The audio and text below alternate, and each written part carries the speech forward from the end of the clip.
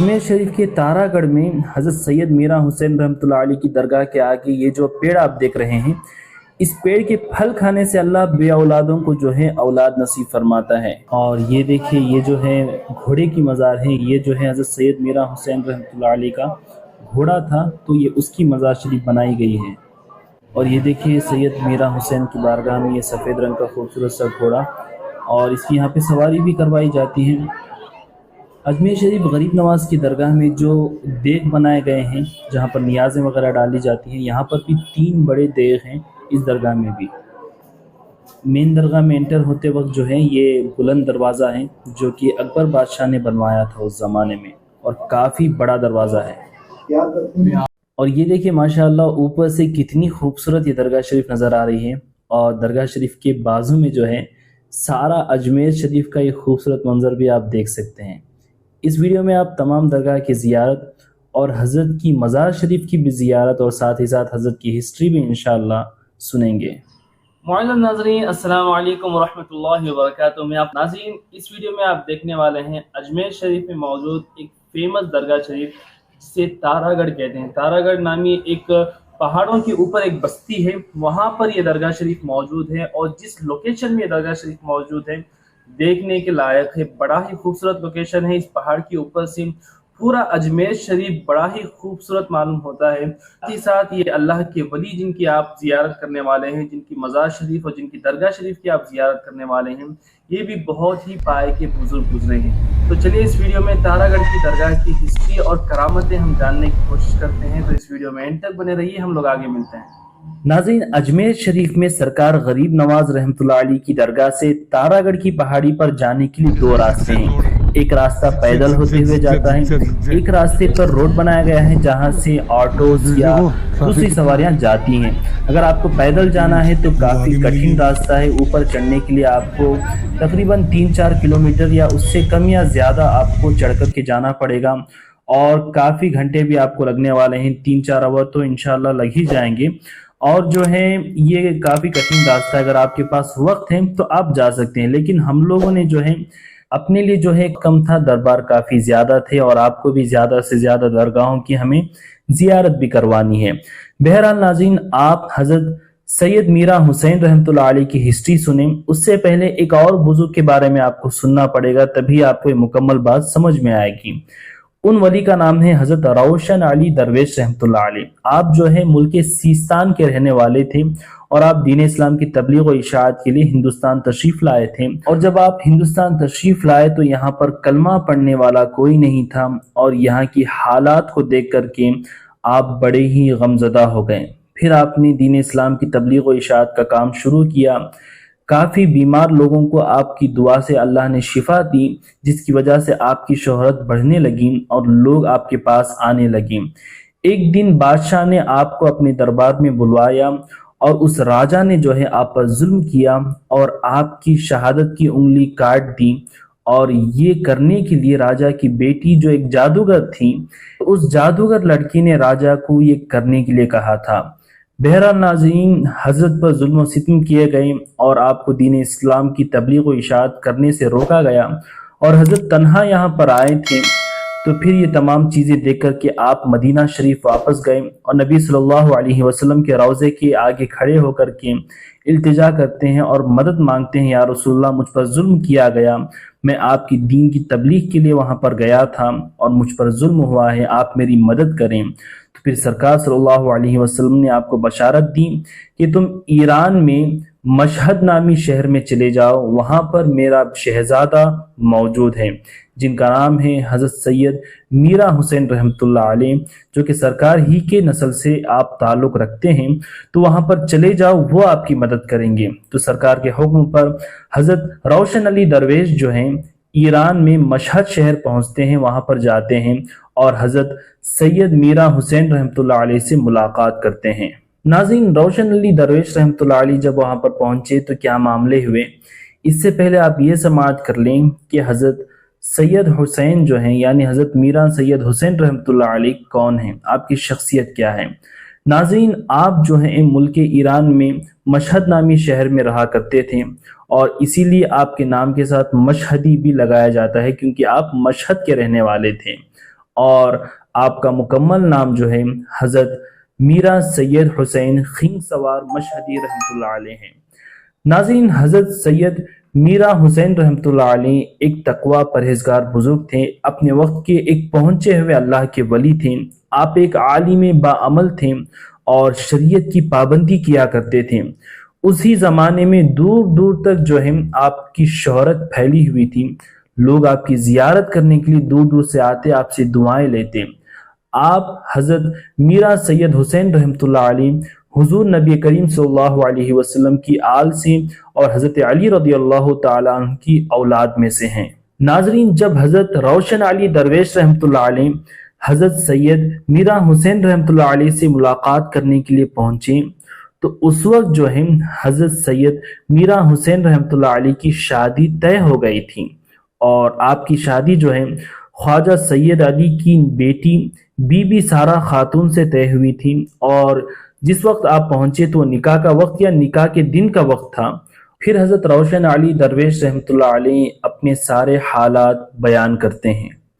جب آپ کی تمام واقعات، آپ کی قربانیاں اور آپ پر جو ظلم کیے گئے ہندوستان کے راجا کے دوارا، یہ تمام باتیں حضرت سید میرا حسین رحمۃ اللہ علیہ سنتے ہیں تو آپ کا نازک دل شیشے کی طرح ٹوٹ جاتا ہے۔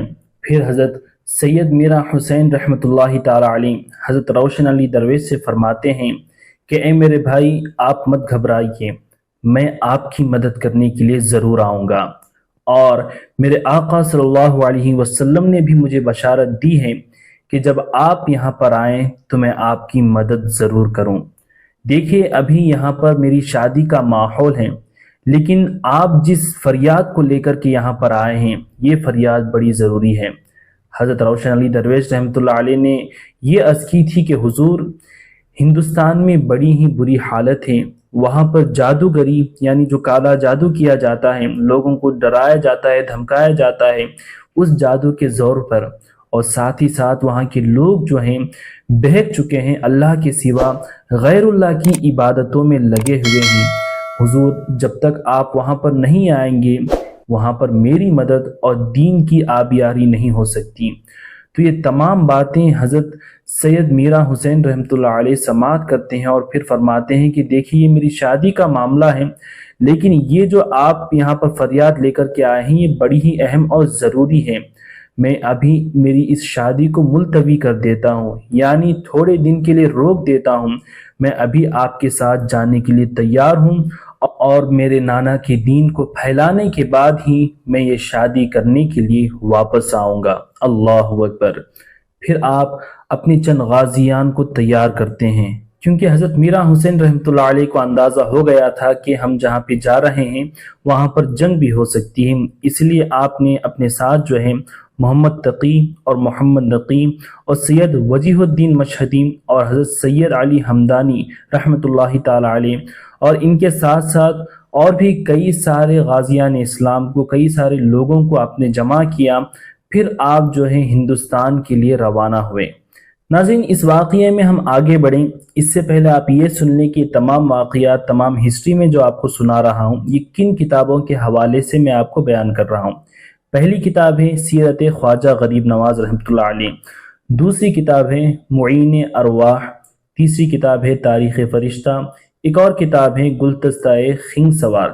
تو کتابوں کے حوالے سے میں آپ کو یہ تمام باتیں بیان کر رہا ہوں۔ اگر آپ کو حضرت کی ہسٹری بک چاہیے تو انشاءاللہ درگاہ شریف پر مل جائے گی۔ بہرحال ناظرین، میں یہ عرض کر رہا تھا کہ حضرت اور آپ کے ساتھی اور حضرت روشن علی درویش رحمۃ اللہ علیہ ہندوستان کے لیے روانہ ہوتے ہیں۔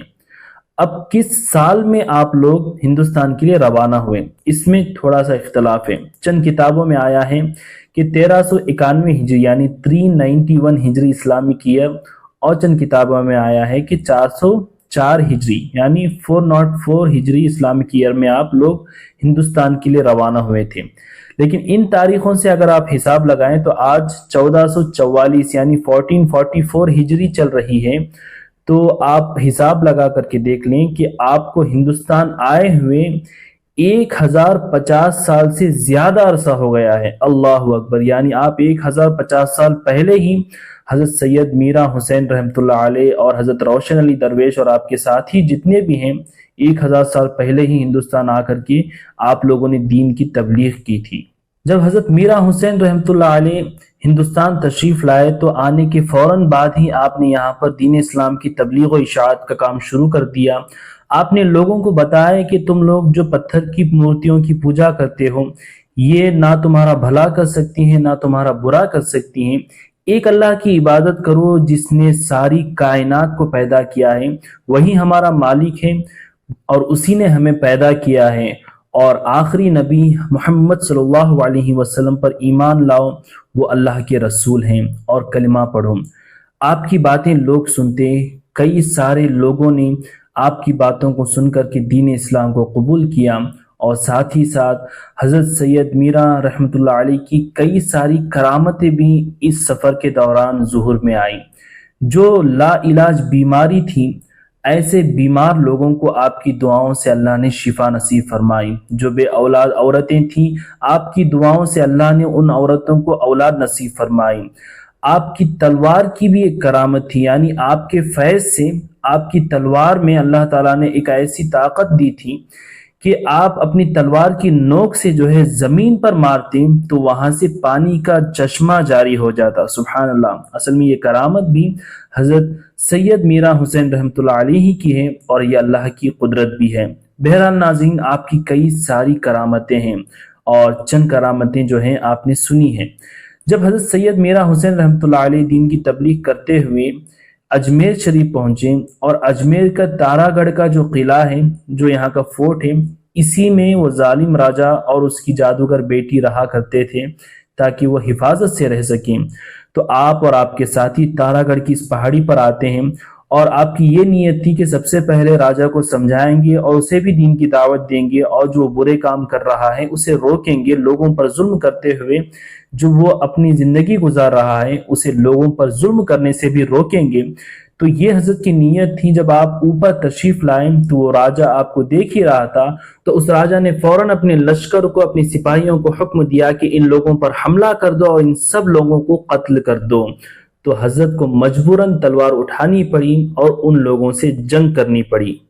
और जब जंग शुरू हुई तो ये अल्लाह के शेर बड़ी बहादुरी के साथ लड़े और दुश्मनों को नेस्त नाबूद करके उन्हें खाक में मिला डाला, और अल्लाह ताला ने इस्लाम को जो है फतह नसीब की और फिर तारागढ़ के किले पर अपना परचम लहराया। जब जंग खत्म हुई और माहौल थोड़ा सा ठंडा हुआ तो एक रोज हजरत मीरा सैयद हुसैन और आपके साथी जो हैं नमाज पढ़ रहे थे।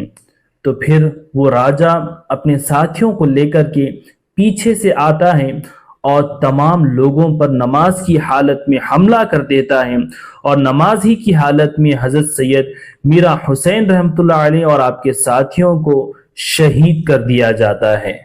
और ये तमाम अल्लाह के वली दीन इस्लाम के लिए अपनी जानें तक कुर्बान कर देते हैं। नाजरीन, दीन इस्लाम हम तक ऐसे ही नहीं पहुंच गया, इसके पीछे कई औलिया अल्लाह ने अपनी जानें कुर्बान कर दी हैं, और हम इन औलिया के वफादार इंशाअल्लाह क़यामत तक रहेंगे, क्योंकि आज हम जो कलमा पढ़ने वाले बने हैं इन्हीं औलिया का एहसान है और अल्लाह का करम है कि इनको हमारे पास भेजा। नाज़रीन, ये जो चीज़ आप देख रहे हैं ये हज़रत का शजरा मुबारक है जो कि दरगाह शरीफ पर ही लगा हुआ है।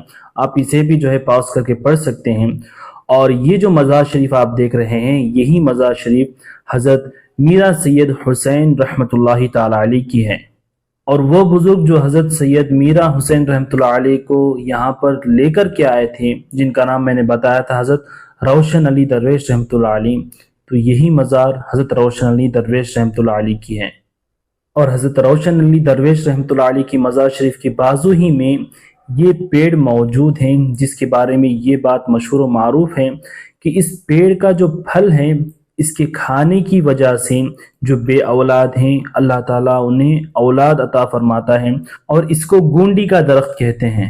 और साल के 12 महीने भी यानी हर वक्त इस दरख्त में जो है फल मौजूद होता है। बाकी अल्लाह उसके रसूल सल्लल्लाहु अलैहि वसल्लम बेहतर जानने वाले हैं। नाज़रीन, हज़रत सैयद मीरा हुसैन खिंगसवार रहमतुल्लाहि ताला अलैह का उर्स शरीफ हर साल रजब के महीने की 15, 16, 17 और 18 तारीख को बड़े ही शान के साथ मनाया जाता है। آپ جب بھی اجمیر شریف تشریف لائیں تو حضرت کی بارگاہ میں حاضری دینے کی پوری کوشش کریں، یہاں پر آئیں، دعائیں کریں۔ میں بھی دعا کرتا ہوں کہ اللہ تبارک و تعالی حضرت سید میرا حسین رحمۃ اللہ تعالی علیہ کے صدقہ و طفیل سے آپ میں جتنے بھی لوگ بیمار ہیں انہیں شفا عطا کرے، بے اولادوں کو اولاد عطا کریں، اور جو پریشان ہیں ان کی پریشانی کو دور کرے، جن کی شادیاں نہیں ہو رہی ہیں اللہ تعالی حضرت کے صدقے سے ان کی شادیاں کر دیں، اور جو بھی آپ کی نیک اور جائز مرادیں ہیں میں دعا کرتا ہوں کہ اللہ تعالی حضرت سید میرا حسین رحمۃ اللہ علیہ کے صدقے سے آپ تمام کی نیک اور جائز مرادیں پوری کریں، آمین۔ ناظرین، یہ ویڈیو کیسا لگا کمنٹ کر کے ضرور بتائیں۔ ویڈیو اگر پسند آیا ہے تو اس ویڈیو کو لائک کر دیں۔ اس طرح کے اور بھی ویڈیوز دیکھنے کے لیے ہمارے چینل کو سبسکرائب کر دیں